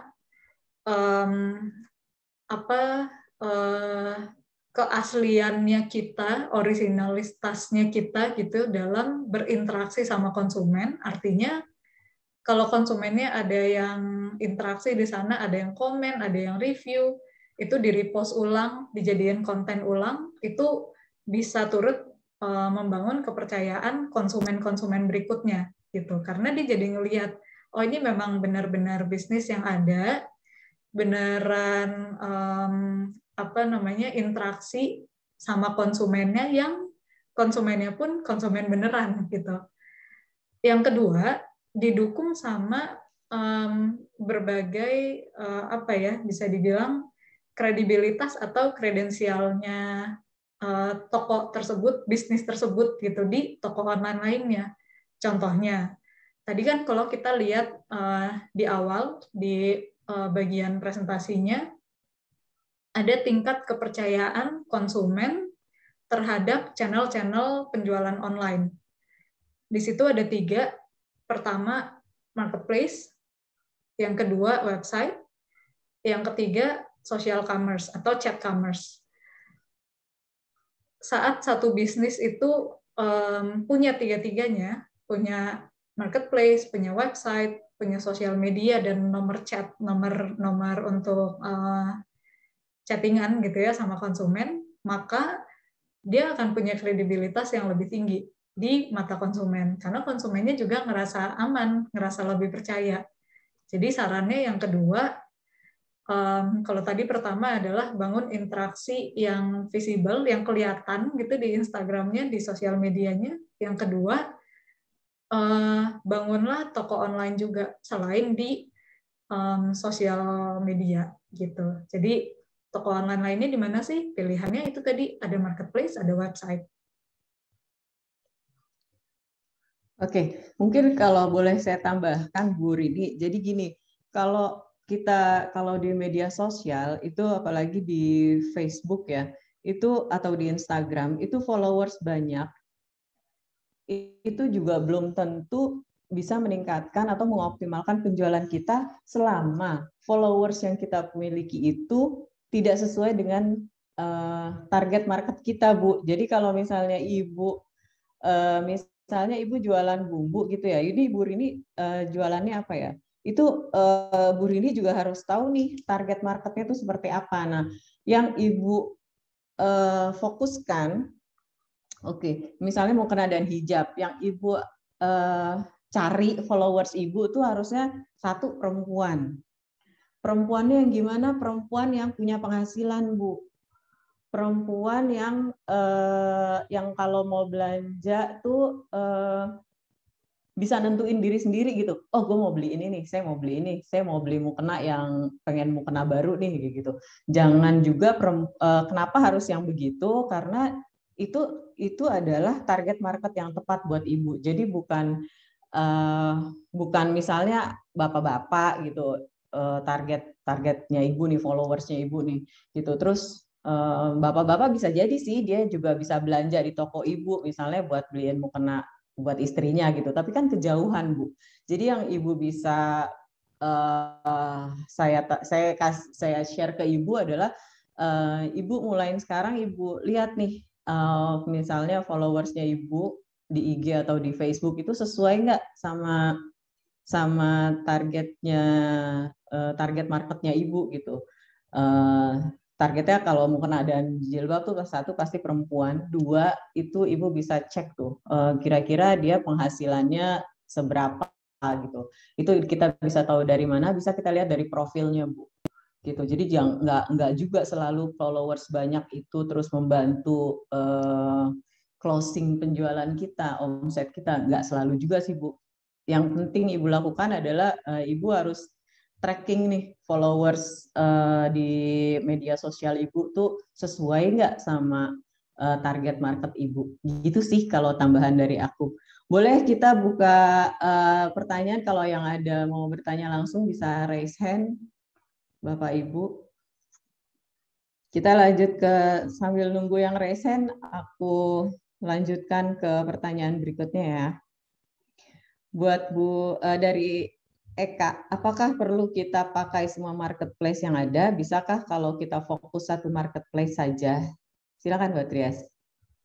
Oke, kalau ditanya perlu atau enggak, nah setiap bisnis itu beda-beda. Jadi di dalam apa namanya operasionalnya atau pengelolaannya bisnis gitu ya, tidak akan pernah ada jawaban yang satu jawaban itu saklek terus bisa berlaku untuk semuanya. Jadi jawabannya balik ke bisnisnya. Setiap marketplace itu punya apa specialty konsumennya masing-masing. Tapi kalau yang umum nanti teman-teman bisa cari gitu riset ranking marketplace di Indonesia. Di situ bisa lihat 10 besarnya mana aja. Jadi kalau kita lihat dari 10 besar itu, sebenarnya 2 atau 3 teratas aja, itu opportunity-nya udah sangat besar. Jadi kalau ditanya perlu atau enggak, mungkin nggak perlu gitu. Mungkin nggak perlu, tapi mesti balik ke bisnisnya lagi. Apakah perlu segmen tertentu yang hanya dimiliki atau sudah menjadi specialty-nya marketplace tertentu gitu, atau bisnisnya memang mau dan punya kapasitas untuk bisa buka di semua marketplace gitu ya, maka jawabannya perlu aja, silakan gitu. Tinggal nanti dipikirkan cara mengelolanya gimana, karena anggap ada 10 marketplace gitu di Indonesia, atau kita ngomongin 5 deh, 5 aja setengahnya. 5 marketplace di Indonesia artinya Bapak atau Ibu itu perlu masuk ke 5 seller center, mesti melakukan pengelolaan katalog online di marketplace-nya 5 kali. Kalau ada order yang masuk di 5 marketplace, maka masuk ke 5 seller center ini untuk ubah ordernya gitu, ubah status ordernya. Jadi itu yang perlu dipikirkan gitu. Atau opsi lain ya cari teknologi yang bisa mempermudah pengelolaannya itu semua. Kalau dari saya Mbak Eka atau Ibu Eka mungkin gini kali ya Mbak Trias, bisa juga disesuaikan dulu nih sama kemampuannya Bu Eka gitu.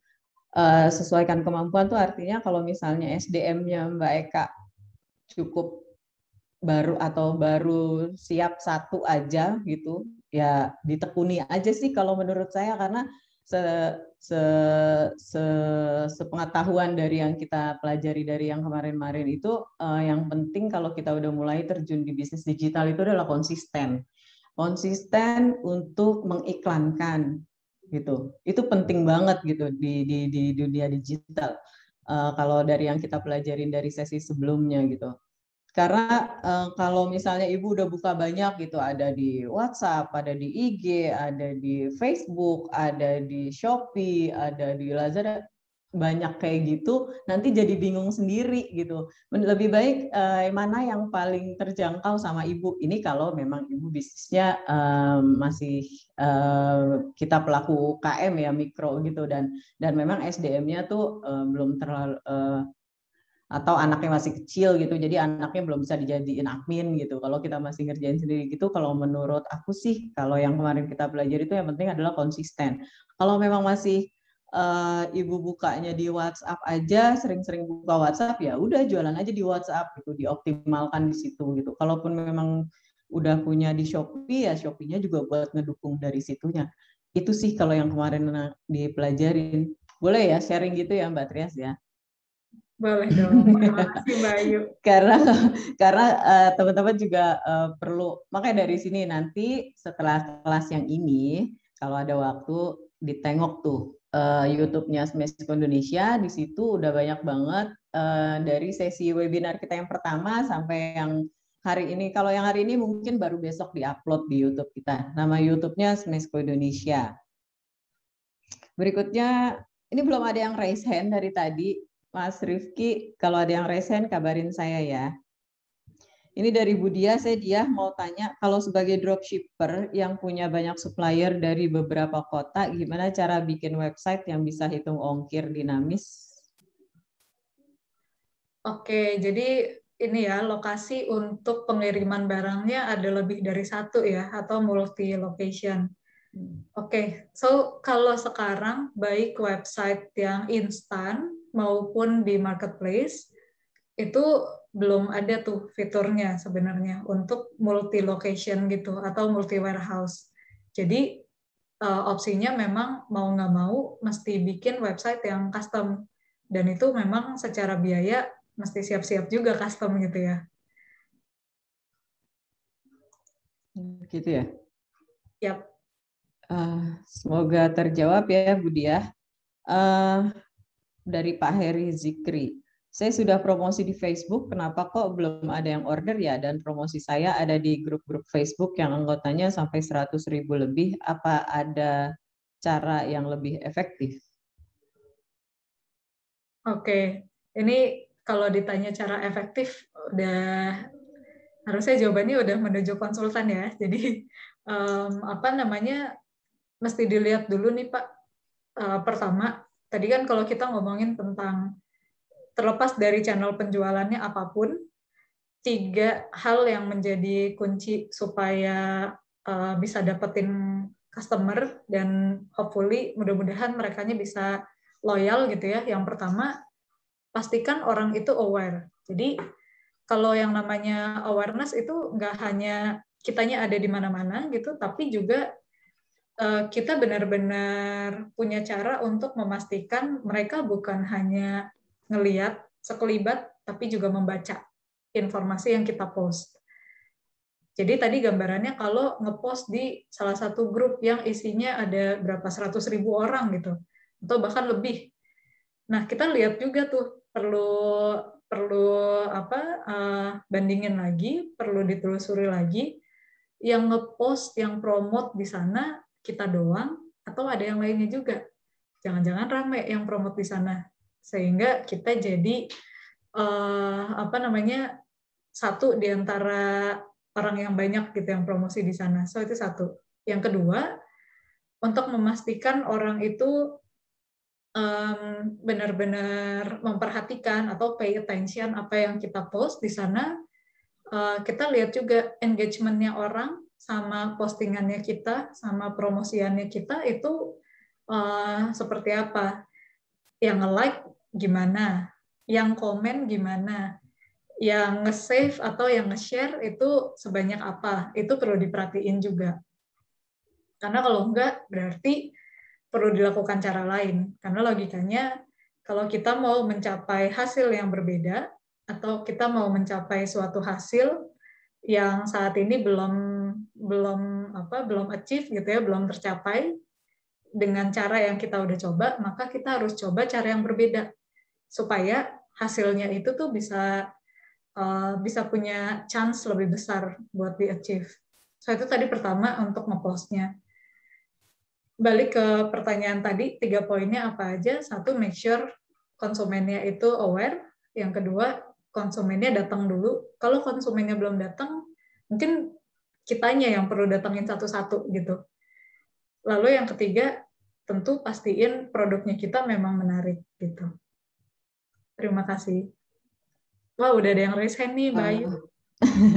Untuk Pak Heri Zikri bisa disimak, bisa nanti buka channel YouTube-nya Smesco. Itu kita ada kelas yang lalu itu tentang cara iklan di Facebook dari Mas Fahmi Hakim. Beliau dari kelasbos.com. Itu dari situ sepertinya lengkap banget tuh Pak. Gimana cara beriklan yang tepat di Facebook. Itu tutorialnya ada, video tutorialnya kita sebenarnya kita udah minta juga waktu itu sama Mas Fahmi Hakim, tapi sepertinya beliau masih sibuk. Tapi Bapak bisa cari di search aja di YouTube-nya kelasbos.com itu ada tutorialnya, di situ ada tutorial secara teknis apa yang harus diklik kayak gitu-gitu. Tapi kalau teorinya Bapak bisa Itu secara lengkap banget dijelaskan sama Mas Fahmi Hakim. Itu Bapak bisa buka di YouTube-nya Smesco Indonesia. Kelas Mas Fahmi Hakim waktu itu ada di hari Selasa tanggal 3 Agustus pekan lalu. Bisa dicari tuh Pak Heri Zikri. Ini udah ada yang raise hand. Silakan Pak Doni. Terima kasih Mbak Ayu dan Mbak Trias. Sebenarnya tadi yang dibahas itu menarik. Nah, terutama yang berkaitan dengan yang punya akun di marketplace, mungkin dia punya di Shopee sama Tokopedia.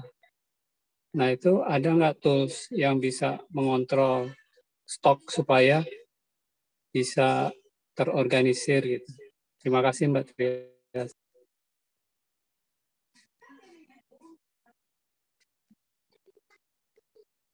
Ya, silakan Mbak Trias. Ya, langsung jawab nggak apa-apa ya. Jadi langsung aja. Tadi pertanyaannya kalau punya toko di lebih dari satu marketplace, contohnya tadi Shopee sama Tokopedia, ada nggak tools supaya bisa mengelola stoknya di dua marketplace itu gitu ya Pak? Iya betul. Oke, so jawabannya ada, Pak Doni. Iya. Nanti bisa cari referensi integrasi marketplace, atau bisa juga buka websitenya Circlo, nanti ada infonya juga di sana gitu. Jadi saat ini tuh kalau dari sisi perusahaan teknologi atau startups di Indonesia, ada beberapa yang memang provide kita sebutnya dashboard gitu, atau admin panel, supaya di situ bisa integrasiin lebih dari satu marketplace, terus kelola stoknya, katalognya, sama proses order langsung dari satu tempat itu. Oke, berikutnya dari Mas atau Mbak Rapta nih, cara gunain Google Trends yang efektif gimana ya Mbak Trias? Karena infonya juga banyak, bisa diberi contoh nggak? Oke, ini kalau mau yang efektif ya, sebenarnya kalau saya biasanya bisa mulai dengan dua cara. Yang pertama, kita free aja gitu, jadi membebaskan diri, terbuka dengan tren apa yang lagi ada. Caranya buka Google Trends-nya, terus pilih lokasinya. Yang ketiga, pilih periodenya. So, itu yang pertama. Kalau kita belum tahu nih, tren atau keyword apa yang kita mau lihat, atau bukan keyword, mungkin topik kali ya, topik apa yang kita mau lihat. So, itu pertama. Yang kedua, kalau kita udah datang dengan dengan ide topik tertentu atau tren tertentu, maka waktu kita datang, kita ketik dulu tuh topik tersebut gitu. Nanti tetap sama dipilih lokasi sama waktunya supaya lebih relevan. Thank you. Oke, Mbak. Terima kasih Mbak Trias. Ini Ibu Maya, silakan. Ini ada yang raise hand ya, Mbak Trias, langsung ya. Oke. Silakan Mbak Maya. Halo, Assalamualaikum warahmatullahi wabarakatuh. Selamat sore Bu Mira, Mbak Trias, terima kasih atas ulasannya. Memang secara teori kan seperti itu, istilahnya kan sangat bagus sekali gitu ya. Kayaknya kita pengen mencoba, karena saya sampai saat ini saya mencoba di Google dan juga di Shopee ya, sampai dengan saat ini juga di marketplace itu untuk promosi saya agak kurang terdongkrak gitu. Ya mungkin tadi saya sangat berterima kasih sekali kalau memang dari tim dari Mbak Trias itu ada pelatihan untuk apa? Tadi itu dari Tresco ya. Ada pelatihan, kalau bisa ini hanya sekedar usulan Bu Mira. Secara langsung, jadi pelatihan secara langsung tidak dengan apa secara maksudnya tuh praktek langsung gitu. Kalau bisa diadakan seperti itu.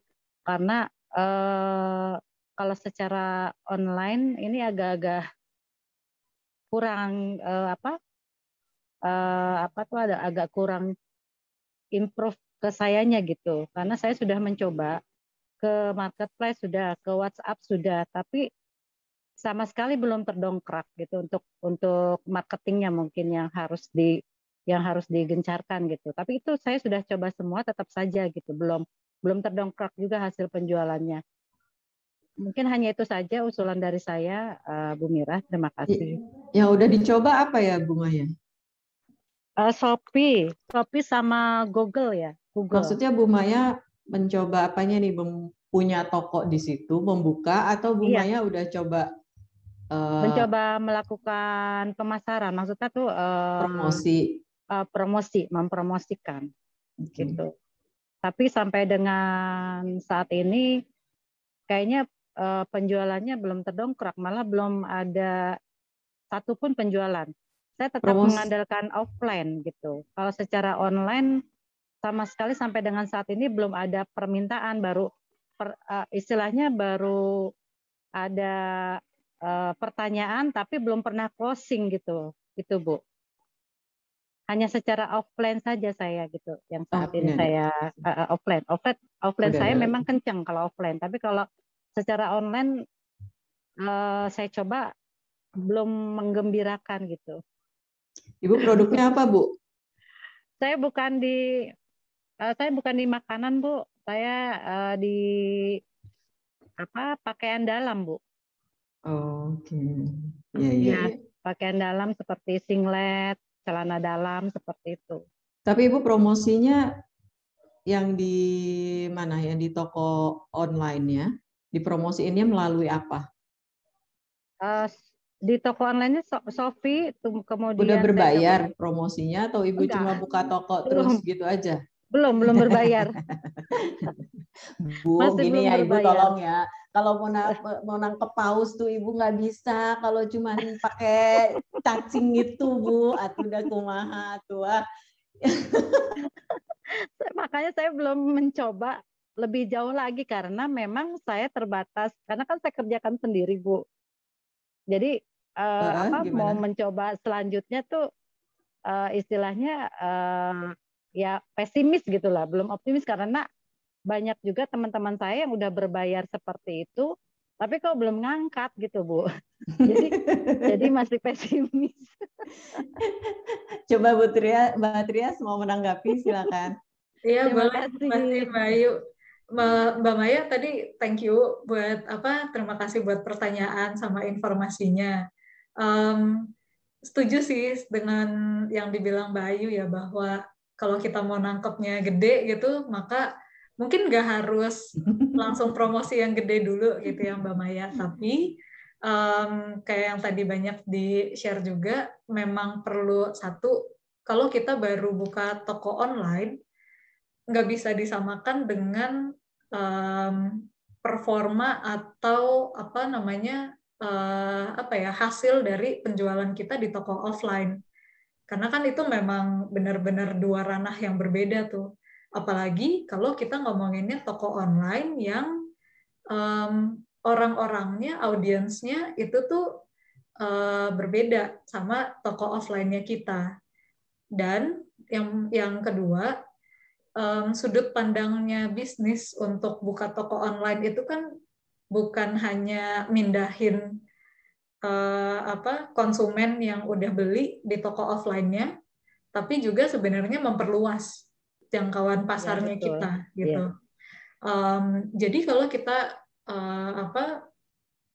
ngomongin tentang buka toko online-nya, maka ini bisa dianggap kayak toko baru nih buat kita gitu.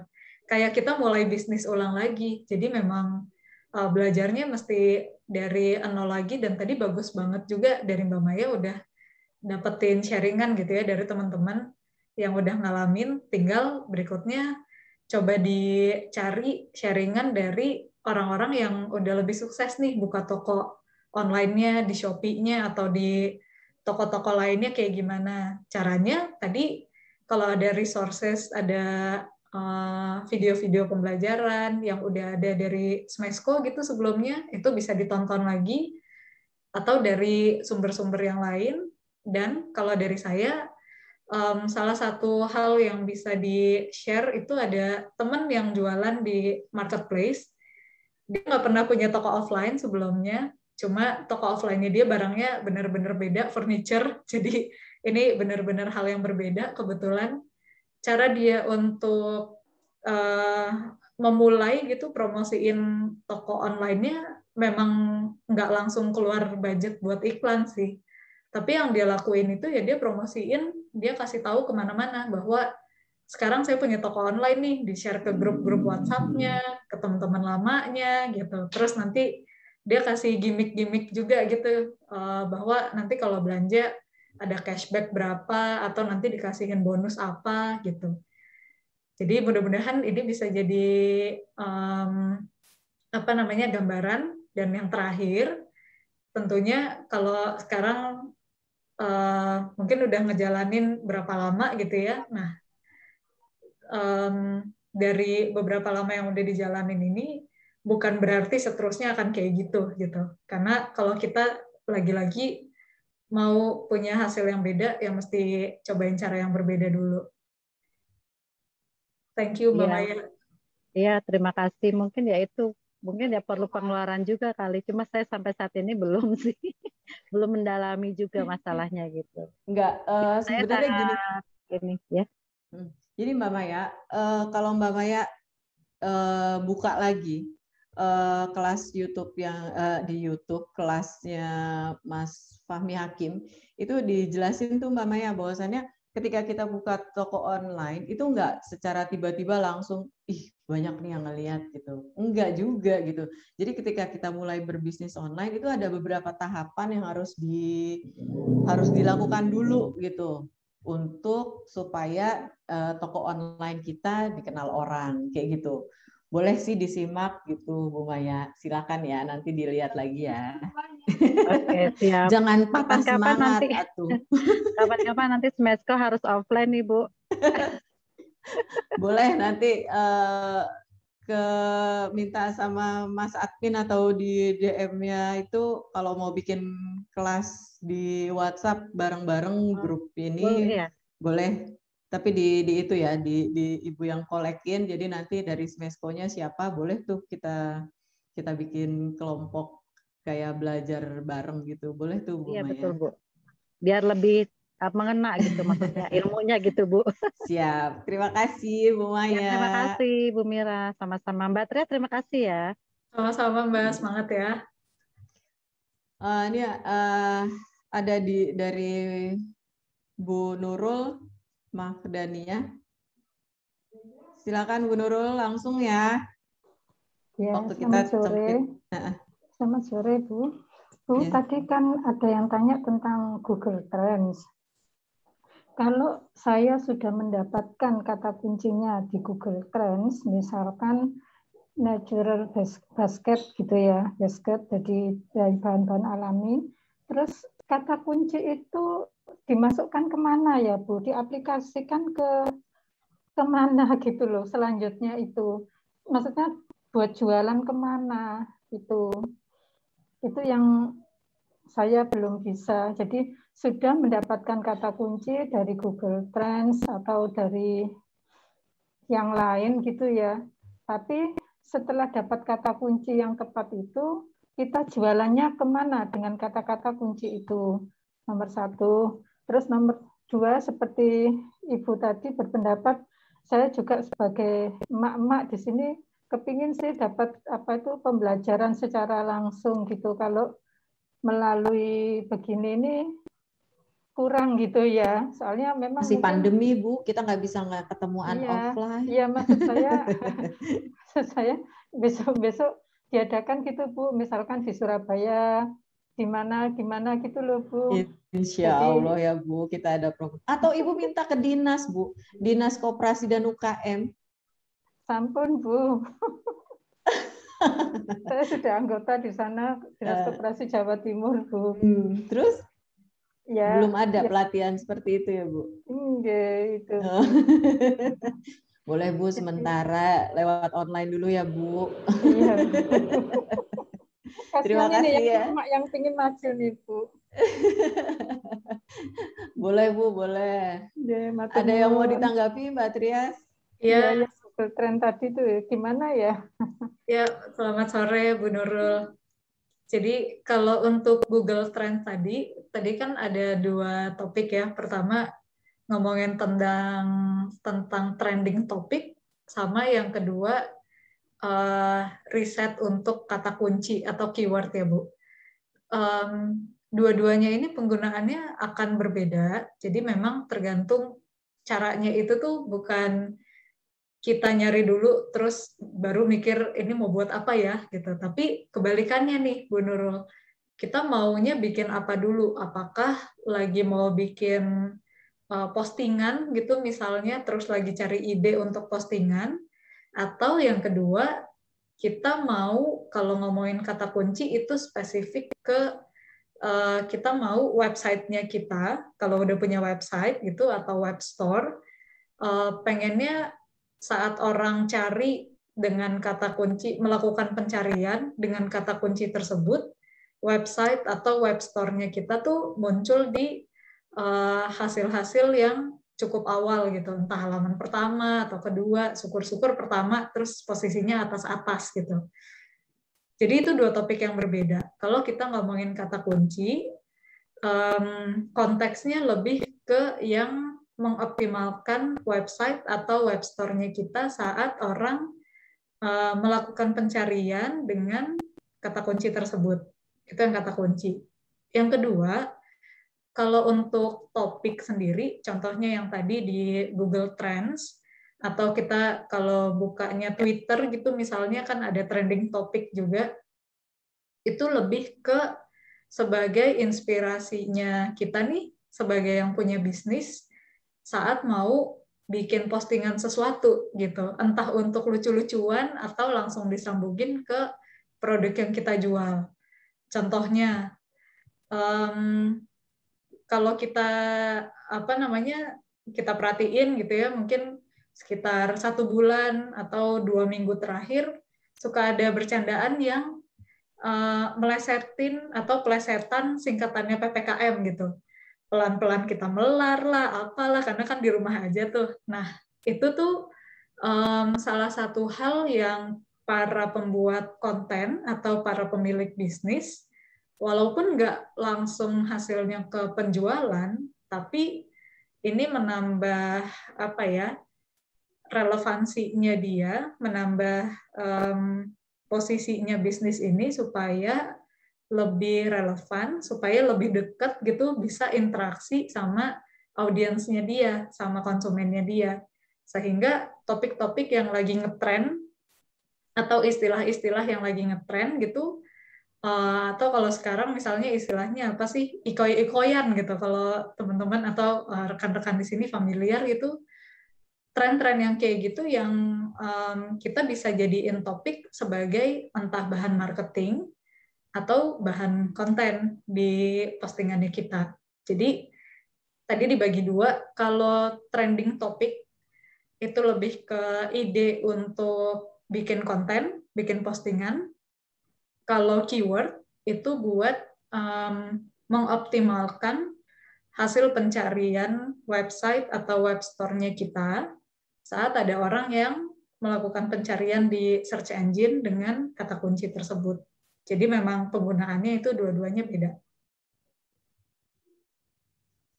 Oke.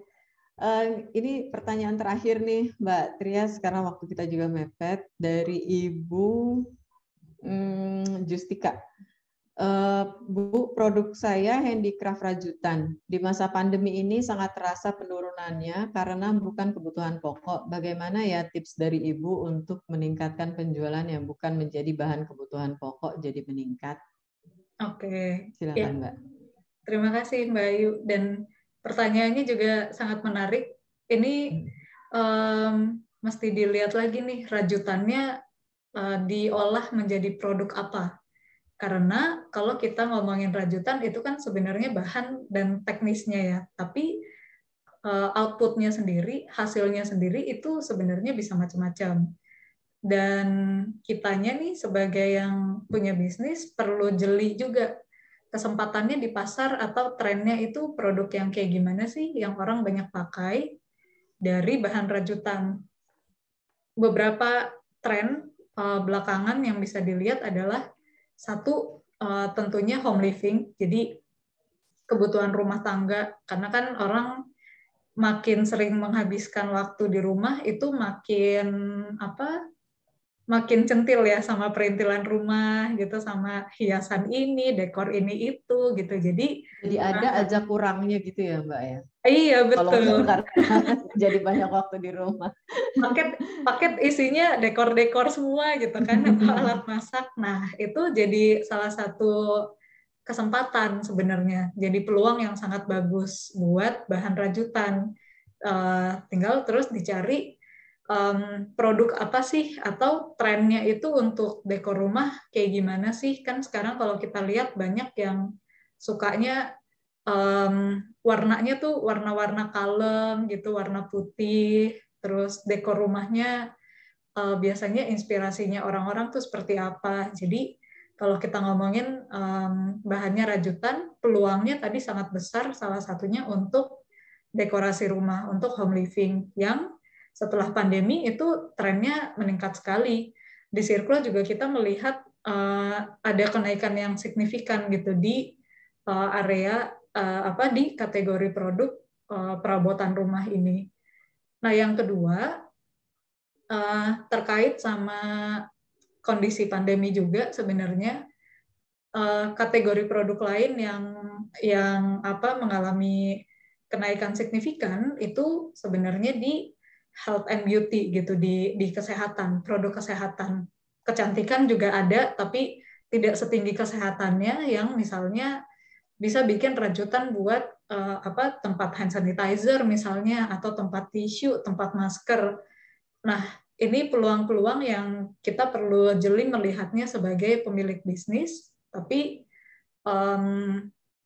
dimulainya dari kategori produk apa yang sekarang lagi ngetren, orang-orang butuhnya produknya yang kayak gimana, dan selera pasarnya itu tuh sekarang lagi ke arah mana sih gitu, warna-warnanya, model-modelnya, dan sebagainya. Semoga membantu. Terima kasih. Ya, teman-teman, Mbak Tria sih masih banyak juga teman-teman yang masih mau nanya, tapi waktu juga yang memisahkan kita, Taela. Iya, ini nggak berasa. Iya, udah 2 jam kita bareng-bareng di sini. Kira-kira ada boleh Mbak Trias kasih closing statement-nya, Mbak Trias, silakan. Oke, terima kasih Mbak Ayu. Closing statement saya nggak jauh-jauh dari judul sesi ini, yaitu jualan online mulai dari kemarin. Jadi kalau kita dengar istilahnya ya, rekan-rekan semua, bahwa kita suka dengar yang namanya lebih baik terlambat daripada enggak sama sekali. Itu benar banget, karena walaupun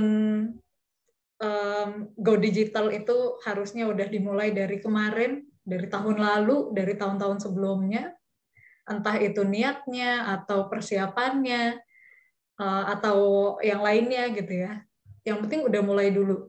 Dan kalau kemarin ada hal yang kita belum lakukan, maka sekarang itu waktu yang tepat buat kita memulai action-nya, mulai aksinya.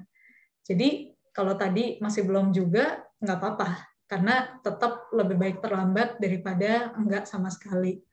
Opsinya banyak, yang bisa bantuin banyak, terus pelatihan seperti ini juga ada banyak banget, tinggal kitanya yang proaktif dan berpartisipasi juga gitu untuk bisa dapetin ilmu sebanyak mungkin, terus diaplikasiin.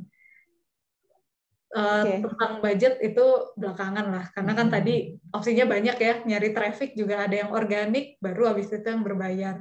Nyari solusinya pun sama seperti itu. Jadi semoga semuanya tetap semangat, karena harusnya kita udah mulai dari kemarin, tapi mendingan terlambat daripada enggak sama sekali. Oke. Terima kasih Mbak Trias. Untuk hari ini aku kasih tahu yang dapetin souvenir. Ini ada pertanyaannya bagus, tapi belum sempat kita jawab. Boleh nanti DM sekalian di Instagramnya Smesco ya untuk Ibu Umay yang dari Magelang, kemudian dari mana tadi yang pertanyaannya bagus itu,